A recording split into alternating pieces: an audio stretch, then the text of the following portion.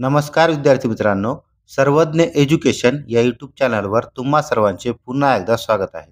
आपण ठाणे महानगरपालिका भरतीसाठी प्रिव्हियस इयर क्वेश्चन पेपर ॲनालिसिसची सिरीज सुरू केली आहे, ज्यामध्ये आपण यापूर्वी झालेले सर्व महानगरपालिकेच्या क्वेश्चन पेपरचे ॲनालिसिस पाहणार आहोत.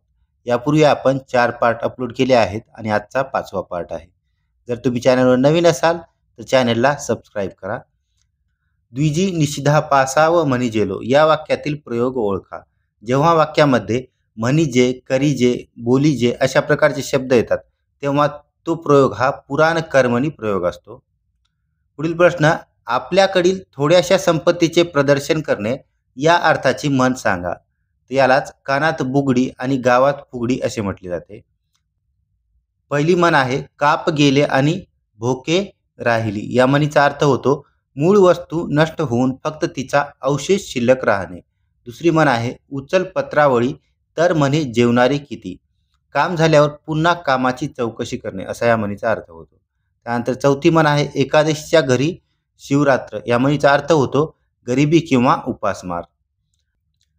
कला वैभव या शब्दाचा समास ओळखा. आपल्या समास ओळखायचा आहे. या सामासिक शब्दाची जर फोड केली आपण तर याचा अर्थ होतो कलेचे वैभव. म्हणजे इथं काय चे हा प्रत्यय लागला आहे आणि चे हा प्रत्यय षष्टी विभक्तीचा आहे. याला विभक्ती प्रत्यय लागला आहे, त्यामुळे कला वैभव हा विभक्ती तत्पुरुष समासाचा प्रकार आहे. 5वा प्रश्न, अचूक वाक्यरचना कोणती आहे ते शोधा. पहिले विधान आहे वडील आणि मुलगी यांच्या नात्यांची भावपूर्णता कथेतून प्रवाहित झाली आहे. इथं भावपूर्णता असायला पाहिजे होतं, तर इथं भावपूर्णता केला आहे म्हणून हे चुकीचं आहे. दुसरे विधान या लेखात निसर्गाचा परदेशातील सामाजिक आणि सांस्कृतिक जीवनाचा अनुभव आहे. हे पूर्ण विधान योग्य आहे. त्यानंतर तिसरे विधान लेखकाच्या कथा जीवनांच्या चिरंतर मूल्यांचा शोध घेतात. इथं जीवनाच्या मध्ये जीला दुसरी वेलांटी आणि मूल्यांचा यामध्ये मूल हा दुसरा विकार असतो. चौथे विधान आपली जडणघडण शेवटी कशावर अवलंबून असते. इथं अवन केलं हे चुकीचं आहे. अवलंबून अनुस्वार नसतो. त्यानंतर 6वा प्रश्न, तिळपापड होणे या वाक्यप्रचाराचा अर्थ सांगा. तिळपापड होणे म्हणजेच अतिशय संताप येणे. पुढचा प्रश्न, किती चांगले गाते ती याचे विधानार्थी वाक्य ओळखा. याचे विधानार्थी वाक्य होईल ती फार चांगले गाते. 8वा प्रश्न, दाती तृण धरणे या वाक्यप्रचाराचा योग्य अर्थ सांगा. दाती तृण धरणे म्हणजेच एखाद्याला शरण जाणे. 9वा प्रश्न, तर्क या शब्दाच्या जोडीने येणारा शब्द शोधा. तर्कच्या जोडीने वितर्क हा शब्द येतो. तर्क वितर्क. त्यानंतर विवेचन. विवेचन या शब्दाचा अर्थ निरीक्षण किंवा परीक्षण तसेच स्पष्टीकरण असा होतो. 10वा प्रश्न, अंबर शब्दाचे योग्य अर्थ सांगा. अंबर म्हणजे काय, आकाश किंवा वस्त्राला पण अंबर असे म्हटले जाते. ऑप्शन क्रमांक 4 हे करेक्ट आन्सर आहे. 11वा प्रश्न, दिमाग या शब्दाचा समानार्थी शब्द शोधा. दिमाग म्हणजेच तोरा. ऑप्शन क्रमांक 1 हे करेक्ट आहे. 12वा प्रश्न, अचूक वाक्यरचना कोणती आहे ते शोधा. पहिले वाक्य आहे त्याच्या उज्ज्वल यशाचे रहस्य आहे त्याच्या प्रयत्नांची पराकाष्ठा आणि उत्तम मार्गदर्शन. इथं पराकाष्ठा असतं, पराकाष्ठा नाही म्हणून हे चुकीचं आहे. त्याच्या उज्ज्वल यशाचे रहस्य नाही तर रहस्य हे पण चुकीचं आहे. त्याच्या उज्ज्वल यशाचे रहस्य आहे त्याच्या प्रयत्नांची पराकाष्ठा आणि उत्तम मार्गदर्शन. हे पूर्ण वाक्य बरोबर आहे. त्याच्या उज्ज्वल यशाचे इथं यशाचे पण चुकीचं आहे, कारण श षटकोनाचं पाहिजे होतं आणि उज्ज्वल पण चुकीचं आहे. जला ज जोडायला पाहिजे होतं. म्हणजे आपलं ऑप्शन क्रमांक 3 हे करेक्ट आहे. 13वा प्रश्न, मिलाप या शब्दाच्या विरुद्धार्थी शब्द शोधा. तर मिलाप म्हणजेच ऐक्य, मेळ किंवा फलित होणे. हे तीनही समानार्थी शब्द आहेत. आपला विरुद्धार्थी विचारलाय. मिलापचा विरुद्धार्थी होईल फाटाफूट. पुढील प्रश्न पाहूया. 14वा प्रश्न, तो घरी पोहोचण्यापूर्वी सांजावले या वाक्यातील प्रयोग ओळखा.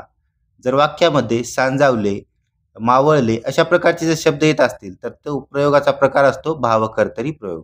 ऑप्शन क्रमांक 4 हे करेक्ट आहे. अनेक नोटा डॅडॅसचा समूह दर्शक शब्द शोधा. नोटांचा समूह दर्शक शब्द नोटांची आपण थप्पे म्हणतो. टोळी ही चोरांची असते. त्यानंतर घोष द्राक्षाचा घोष असतो. 16वा प्रश्न, सर्व विद्यार्थ्यांनी उद्या लवकर यायचे आहे. वाक्यातील उद्देशी विभाग ओळखा. उद्देश विभागामध्ये दोन गोष्टी असतात, एक असतो उद्देश्य आणि दुसरा असतो उद्देश्य विस्तार. आता याच्या उद्देशकाला म्हणतात, जर वाक्याचा जो कर्ता असतो त्यालाच उद्देश्य असं म्हटलं जातं. या वाक्यामध्ये कर्ता कोण आहे, तर विद्यार्थी हे कर्ता आहेत. लवकर येण्याची क्रिया विद्यार्थी करत आहेत म्हणजे विद्यार्थी कर्ता झाले. आणि जो कर्त्याबद्दल किंवा उद्देशाबद्दल विशेष माहिती सांगतो त्याला काय उद्देश विस्तार असे म्हटले जातात.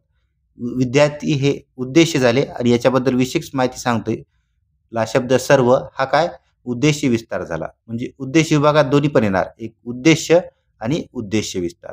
म्हणजे ऑप्शन क्रमांक 2 आपलं करेक्ट आन्सर आहे. 17वा प्रश्न, पुढीलपैकी बहुव्रीही समासाचे उदाहरण ओळखा. बहुव्रीही समास म्हणजे ज्यामध्ये दोनही पदे महत्वाची नसतात, त्या पदावरून दुसऱ्याच एखाद्या व्यक्तीचा किंवा वस्तूचा बोध होत असतो, तर त्यास बहुव्रीही समास असे म्हणतात.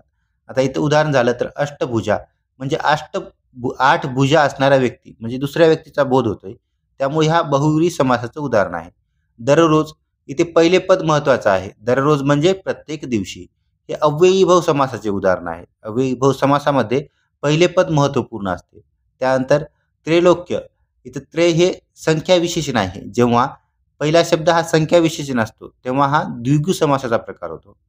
क्रीडांगण, क्रीडेसाठी अंगण, इथं काय साठी हा प्रत्यय लागला आहे. साठी हा चतुर्थी विभक्तीचा प्रत्यय आहे म्हणजे हा विभक्ती तत्पुरुष समासाचे उदाहरण आहे.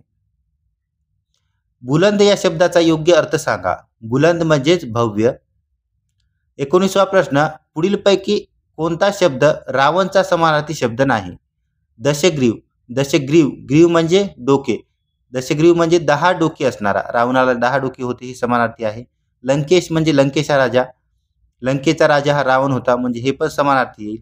त्यानंतर दशानन, आनन म्हणजे मुख किंवा तोंड म्हणजे ज्याला 10 तोंडे आहेत त्याला, रावणाला 10 तोंडे होती म्हणजे हे पण रावणाचा समानार्थी शब्द होईल. पण दशभुजा म्हणजे 10 भुजा असणारा किंवा 10 हात असणारा, रावणाला 10 हात नव्हते म्हणून हे येणार नाही.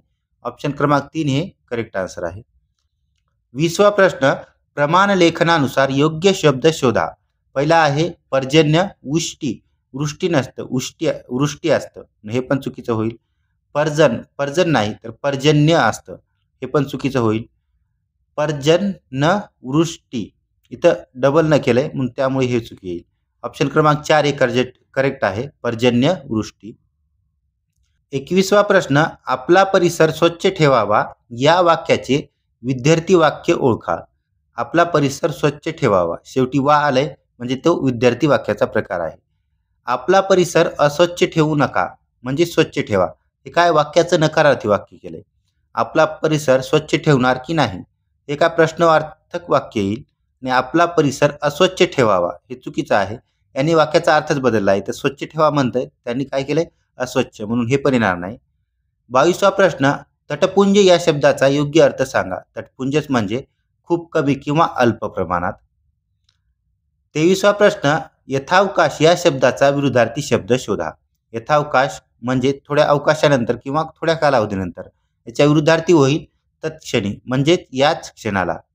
त्यानंतर गुंगारा, गुंगारा म्हणजे गुणगुण करणे किंवा गुणगुणणे. 24वा प्रश्न, त्याला हा प्रदेश सोडावा लागतो या वाक्यातील प्रयोग ओळखा. प्रयोग ओळखण्याची सोपी ट्रिक म्हणजे ज्या वाक्यामध्ये ज्याला प्रत्यय लागला नाही विभक्तीचा त्या वाक्याला अंडरलाईन करायचं आणि तोच शब्द हा त्या वाक्यातील प्रयोग असतो. आता प्रदेशला कोणताही प्रत्यय लागला नाहीये. आता प्रदेश काय आहे, सोडावा लागणारा प्रदेश म्हणजे इथं प्रदेश हा कर्म झाला वाक्याचा आणि ह्यात त्याला कर्ता झाला, त्याला कोणताही प्रत्यय नाहीये कर्माला म्हणून हा काय झाला कर्मणी प्रयोग. ऑप्शन क्रमांक 3 हे आपलं करेक्ट आन्सर आहे. 25वा प्रश्न, पुढीलपैकी ढग शब्दाचा समानार्थी शब्द शोधा. ढगचा समानार्थी शब्द होईल नीरद.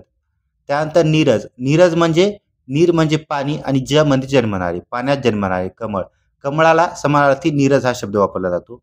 नीरस म्हणजे ज्याच्यामध्ये काही रस नाही ते. आणि नीरव म्हणजे हे लक्षात ठेवायचं, नीरव म्हणजे शांत किंवा ध्वनीविहीन ठिकाण. व्हिडिओ आवडला असेल तर व्हिडिओला लाईक करा आणि चॅनलला सबस्क्राईब करा.